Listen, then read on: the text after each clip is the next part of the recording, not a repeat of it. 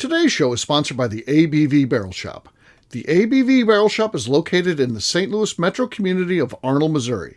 The ABV Barrel Shop is focused on one thing: single barrels. Best of all, you can try before you buy.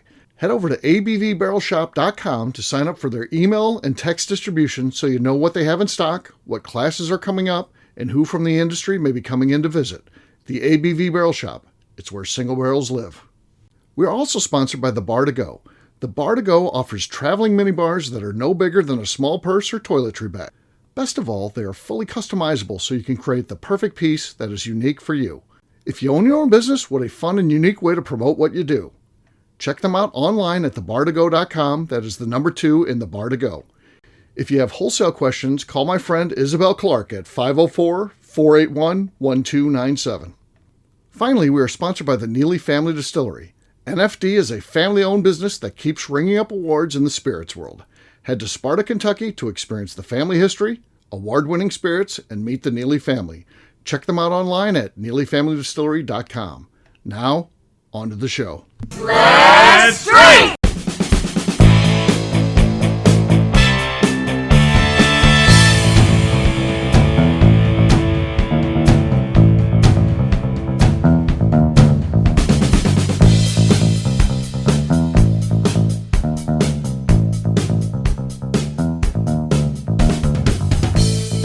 Welcome to the Bourbon Daily, the podcast about everything bourbon delivered to you every day of the week.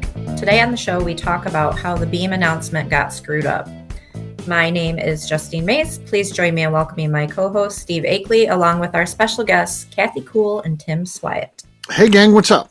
Hello. Hey, so yeah, we're going to be talking about Beam and how they screwed up the announcement, saying that they were shuttering down for a year.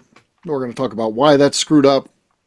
We'll talk a little bit about how they could have spun it the right way, but we'll have some insight, too, in how it went wrong, thanks to an article by Chuck Cowdery. So we'll talk about that after the break. For right now, though, I wanted to ask you guys, you know, if you had to have like one cartoon character that you like, and you had to start wearing like once a week a shirt with that cartoon character on it, and maybe if you wore a hat, it had to have that cartoon character. You had to get bed sheets, and that had to be that cartoon character. What cartoon character or characters? It can be, if they're part of the same series, it can be, you know, multiple individuals from that. And this can be like Saturday morning cartoons from back in the day. It can be like comic strip characters. It can be modern Nickelodeon type of cartoon characters. Who would be your cartoon characters of choice? You can only have like one group or whatever, or one individual if you want to just go like that. You can't be like, well, I like this and this and this. No, it's only one. It's interesting, right? Insightful. I gotcha. Okay. Mine would be the Family Guy cast of characters. Okay, that's a good one, right? Yes. Do you relate Peter Griffin and I Peter see Griffin? eye on a lot of different things. Stewie and I see eye on a lot of things. Okay. So does Brian. I think Okay. it sums up my sense of humor perfectly. Okay. All right. I'll go next. I would say for me, it would be the Peanuts. I mean, I think those characters are just classic characters. My mom had a great, still does, a great, you know, she really likes Peanuts. A lot of stuff. This would be like a connection to her. I like the Peanut. I like those Peanut specials when I was a kid. I mean, I was at the age when you had to be home to watch, you know, the Christmas special or the Halloween or the Thanksgiving. I mean, you know, as a kid, that was important. You'd get the TV guide, you'd circle it, and tell your parents, "Don't let me forget this." And you know, so I like the Peanuts. So the Peanuts would certainly be mine. KK. I was leaning that way, but then you took it. Oh, yeah. So next time I'll speak up quicker. That'll teach you. That's the only way you're going to learn. It's the only way you're going to learn. I know, right? Mm-hmm. Cartoon characters. Beavis and Butthead? No. Ren and Stimpy, Yeah, Ren and Stimpy. Yeah, Pinky and the Brain. Smurfs a fan. Got to add the Smurfs in there somehow. Smurfs. Smurf. I think there's a really great one just still hanging out there, but that's okay. But I don't want to say because I'm only allowed to have one, so I You are chose only allowed to have one. I chose mine, the Peanuts gang. Thundercats. He-Man and She-Ra, Yeah. the Justine, Snorks. you can jump in. Whoever. I'm gonna go with Scooby-Doo. There it is. Yeah. How could There it is. how could we do this and someone Yep. not say Scooby-Doo? Scooby-Doo's great. I loved Scooby-Doo. I do too. That's the cartoon I grew up loving. And then it was a happy moment for me when I had a kid and she liked that show. It was like, this is cool. I mean, this is, how many years later at that time, 30 years later, whatever it was, and 35 years later. And she's like, she liked it as much as I did growing up. I was like, that's pretty damn cool. Watching the same episodes. Cause I just, of course, talking DVDs, I would go get the DVDs. The ones I used to watch, the kid loved them. I was like, yeah, that's cool. That is cool. My runner-up would be the Jetsons. Yeah, nothing wrong with the Jetsons. Those are good. Nothing wrong with the Jets. I was a big love the fan of Johnny Quest. Johnny Quest, yeah. Yeah, I like Johnny Quest back in the day for sure. That was a lot of adventures. Mhm. I also liked back in the day Rocky and Bullwinkle. Rocky and Bullwinkle, yeah. I liked Rocky and Bullwinkle. Captain Caveman. Captain Caveman. Yeah, Captain Caveman was good. Yeah, I like that. Flintstones. Flintstones, yeah. Forget the Flintstones. They're great. So, yeah. Tom and Kathy, Jerry. did you come up with one? Johnny Quest. Johnny Quest. Oh, yeah. Sorry. Man, I just pulled a Steve. Yeah. Yeah.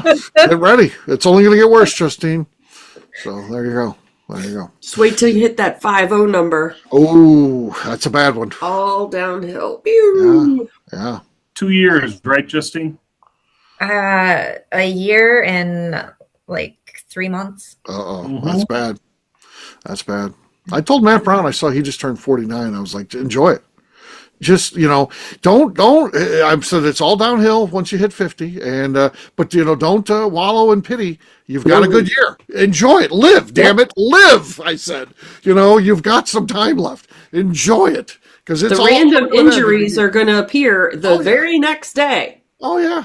You wake up and just like, I was walking and I tore my ACL. I know I tore that ACL. I felt it pop. And then, a day later might be okay. But then something else is bad. I was like, my elbow was hurting me today. I don't even know what I did. Why would my elbow hurt? I was like, You didn't have your cherry juice.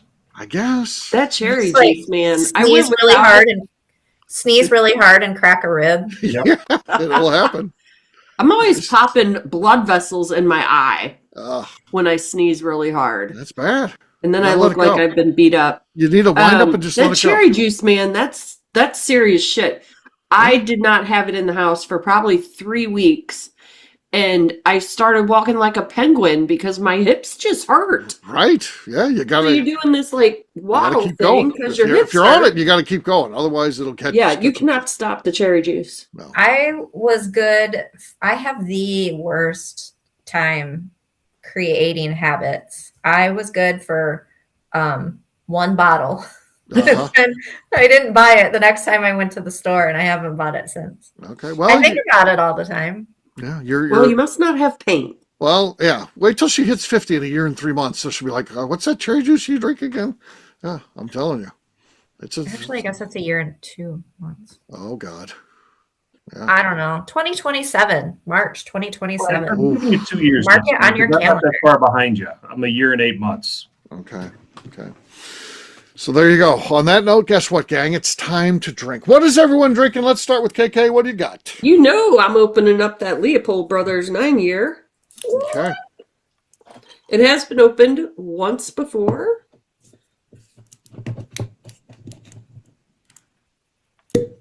Okay.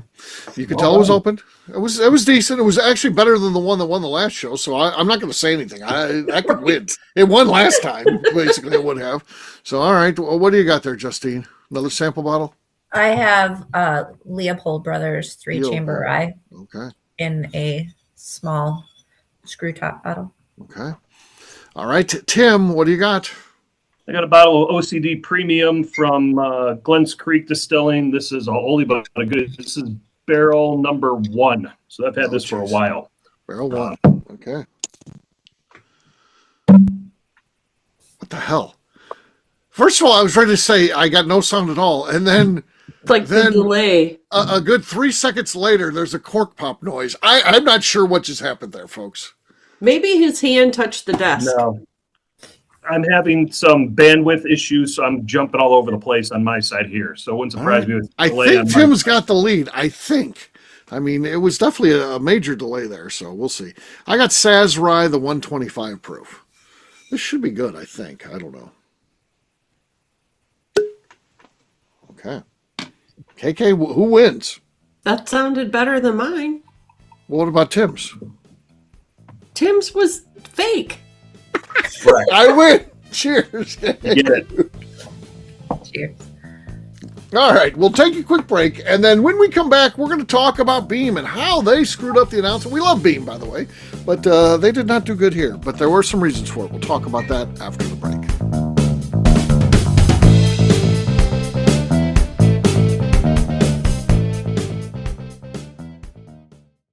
Okay, let's talk about the people that make these shows happen. First up is the Stave and Thief Society. Via their in-person class at Moonshine University in Louisville, Kentucky, the Stave and Thief Society is the place where you, a bourbon enthusiast, can expand your knowledge and emerge an executive bourbon steward. In 2017, I completed my executive bourbon steward certification. It's the most comprehensive bourbon certification available and connects you with an expansive network of bourbon enthusiasts and professionals.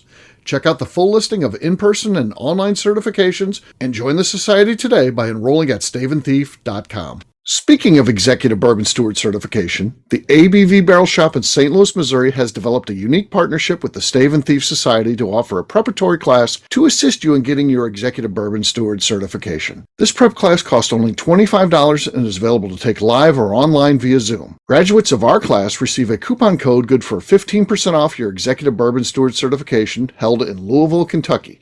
This saves you almost $90. Additionally, you can collaborate with fellow attendees to split travel costs when you go to Louisville. If you're interested in signing up for the class, simply head over to abvbarrelshop.com and check out the classes and events page. Last but not least, we are sponsored by Neely Family Distillery. Royce Neely is the 11th generation distiller in one of America's oldest distilling families.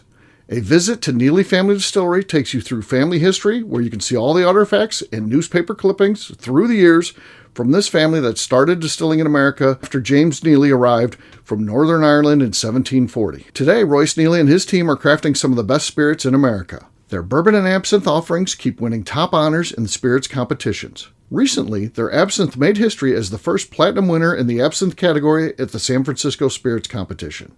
Neely Family Distillery is definitely a bucket list destination if you are a bourbon fan. Learn more about their spirit offerings, visiting their facility, and the awards they have collected over at NeelyFamilyDistillery.com. And now, back to the show.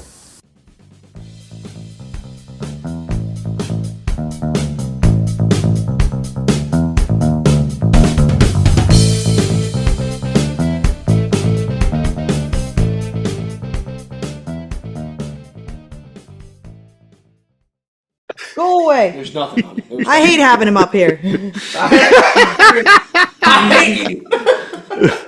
listening to the Bourbon Daily.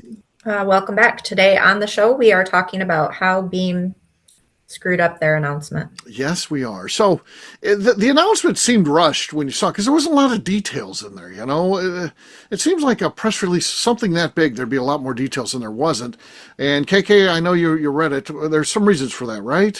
The rush was because someone had leaked information to the Louisville Business First, and they were going to Run with it. run with it. Yeah.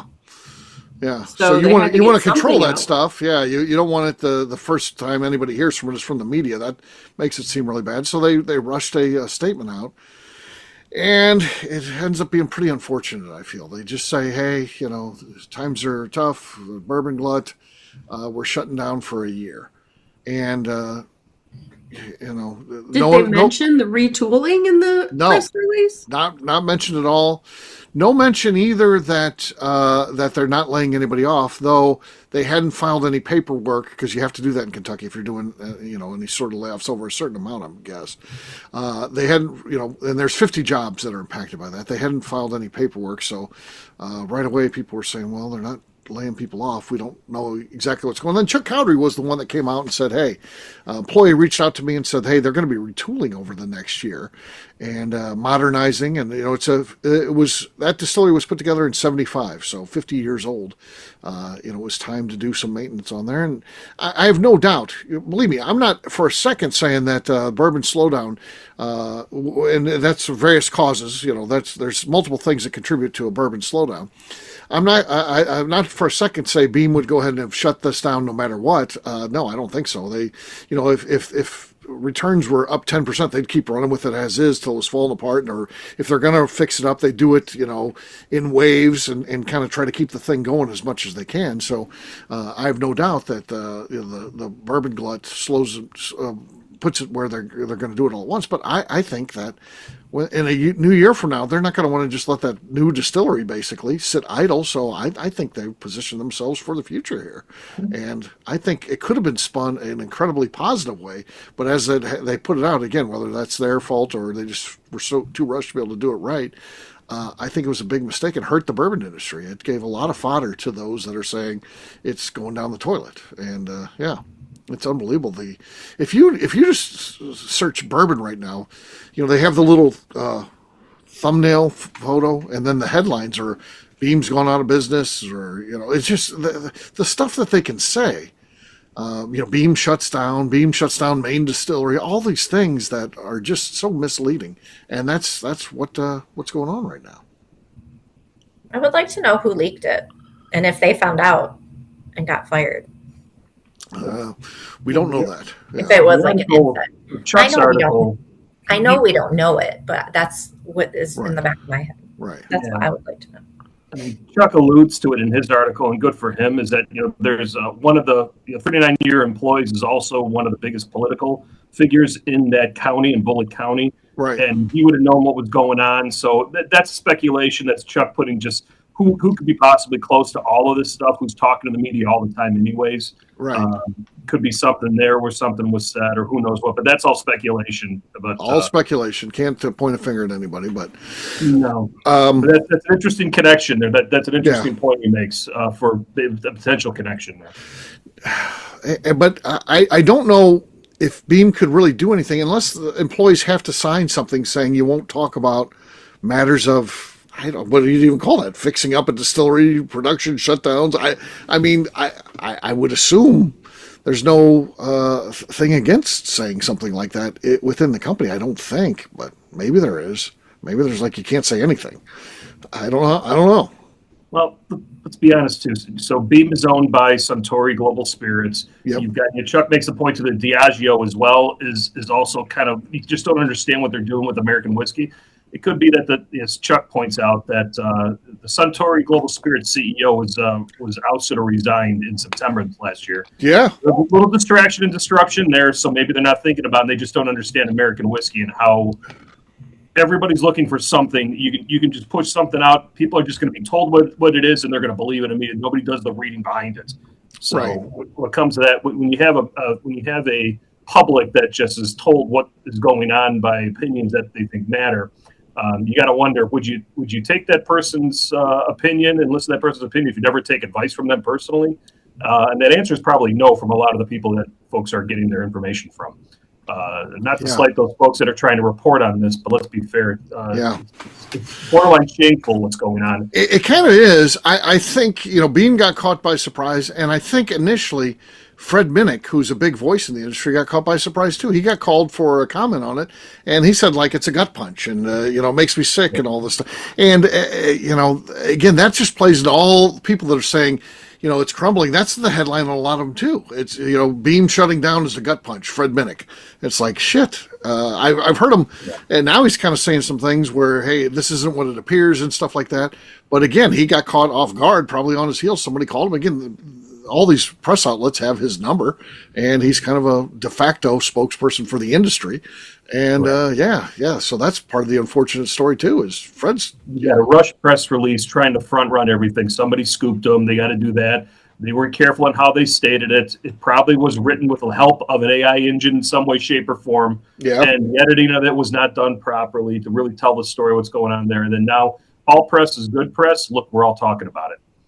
You know, Yeah. and, I thought Chuck's point is he's spot on when he says the forecast that they're making now, that all these distillers are making now, are not for 2026 or 2027. It's for 2030 and beyond. Yeah. So good luck forecasting. This is probably one of the most difficult industries to forecast supply and demand. On its to be best able day, to- much less we're going through what we're going through now. So yeah. Yeah. It's crazy, man. It really is. So, it's to me, it's just sad, and I just hate the joy that people take in, saying that the bourbon industry is struggling and it deserves it, and I'm glad, this is great, and go Canada, look what you've done to these folks, and it just. If it was true, I would be like, oh, you know what, they're right, but none of it's really true. And I can't believe how many stories are out there about another distillery folds in Ohio, because of tariffs and stuff like that. And it's that A.M. Scott, and it has literally nothing to do with tariffs. The guy doesn't sell anything, overseas, across any border, and he had legal problems. I would assume that's going to be, if you really follow it, that's going to be what leads him to having financial issues, I would think. I mean, I don't know. But that's the world that we live in currently. Everybody, I don't know, sensationalizes everything and focuses on the negative. Right. But I'm not so. It doesn't matter what it is. Like, you could, I don't know, Right. give away $500 million and somebody will be like, well, why didn't you give away more? Like, you know what I mean? I get it. I just, when we have knowledge of it, that's what's been bothering me, is I have knowledge of this. When they start talking about economic things and things like that, I don't have a solid base in that. I kind of have to take what people are saying for their word, because that's not my specialty. But when they start talking about bourbon, I know that stuff. And I know that they're telling lies, and I just can't sit there, because my big thing, the thing that haunts me is, if people keep saying that Beam is going out of business, the bourbon industry sucks, Canada killed it, all these things that they're saying, eventually it just becomes true, right? When no one's fighting it, no one's saying, no, that's not true. If you keep saying it enough, it becomes true, right? I mean, I think that's how it works, and I just don't want to be quiet and just roll over and just be like, well, bourbon industry sucks, let's look at what we can do next. It's over. I don't think so. Yeah. What are you going to move to? Yeah. Skechers tennis shoes, I guess. That'll be my big thing. I'll be, welcome to the Skechers show. I'm Steve. Yeah. Technology. In mind. You have to have the Goodyear technology on the bottom of it. I get, do they have Goodyear or not? And, my big guest, I'll try to get Snoop on, and Martha. Yep. Yeah. Stuart, that'll be. Welcome to the Skechers Daily. This is the show about Skechers. Don't forget Tommy Bahama shirts. Tommy Bahama shirts would be good. Yes. Yeah. So It could be Steve's fashion show. it could be. It could be. So The Colonel of Fashion. the Colonel of Fashion. Yes. That would be nice. But for right now, I still want to stick with the bourbon thing. So I want this thing to play out. Here's Prada. Wow. No. So there you go. There's a little bit about the Beam screw up and the impact that it's had. It hasn't been a fun ride, that's for sure. And hopefully we'll get something that'll turn the tides, besides me trying to do what I can. So we'll see what happens. We're all out there with our little voices. Yes, we're trying. We have All your of us are back. trying. All of us are trying. Tim, where can people find you? You can find me on Instagram at SwyGuy2112 and on YouTube at our flagship whiskey. KK, as my mom calls you. You can find me on Instagram at KK Castring. Isn't Yes. that what everybody calls I was me? going to say, that's what everybody. I guess I don't know how my mom would know that, though. I'm not sure. I didn't know she knew your last name to call you KK, unless she listens to the show more than I think. I mean, I'm sure she probably listens to the show. I'm It's sure. probably how I introduced myself to her. maybe. I'm sure she's been around the shop enough Minnesotan and accent. listening to people say something about Kathy, or when Kathy has been there herself. I guess. I'm not sure. She dropped that when Kathy did the thing with the mirror. She told me KK is so funny when she did that thing to you with the mirror. Your mom's in the know. She's hip. I guess. She's keeping track of it. I think it's Andreezy's silky Minnesotan accent that brings all the ladies to the yard. Right? But I think it is. Oh, the Minnesota accent. All the ladies love that up there. Oh, there was one that said it, right, Kathy? Yeah, right there at the Christmas At party. the Christmas party. I could listen I to just that accent all love a day. Minnesota accent. Like, who the hell wants to hear that? I'm like- glad that he's on the show now and has more of an accent than I do. So you guys stop to saying that I sound like I'm from Canada. Even though I am like a quarter Canadian. But There you go. There you go. All right. Justine, where can people find you? you can find me on Instagram at JA_Maze. All right, for me, I'm an easy guy to find at Steve Akeley, Twitter, Instagram, or Facebook. I've got a website, steveakeley.com. We've also got a company website, that thing's abvnetwork.com. Check it out. Everything that we do is out there. Also, come by and see me at the ABV Barrel Shop. It's the place where you can try before you buy. New barrel picks coming in all the time. Cool events happening. abvbarrelshop.com is the place to look for those. And also check out Bourbon Sasquatch on YouTube. Anything else to say before we get out of here, Justine? I would just like to remind the audience to please give us a 5-star review that includes comments. It helps new people find the show, which is very important to us. Also, if you like what we're doing, please visit our Patreon page at patreon.com/the ABV Network. All right, great job today, gang. For audience, we'll have a brand new show for you tomorrow. Looking forward to that. Until then, take care, everybody. See ya. Bye. Bye.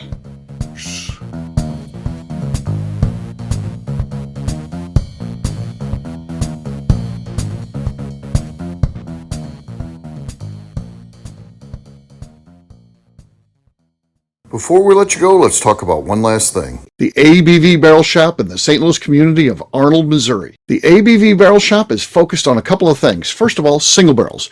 We are the place where single barrels live. We go to distilleries, taste through the whiskey, select the best barrel, and have it shipped to our store where we present it to you, our customers, by allowing you to try before you buy. We're also known for the classes that we have in our education center in the store, as well as the events we have with industry professionals from the bourbon business. If you are in the St. Louis area, please come by and visit us at 6 Fox Valley Center in Arnold, Missouri. Or at a minimum, at least sign up for our email and text distribution so you know exactly what's going on in our shop over at abvbarrelshop.com.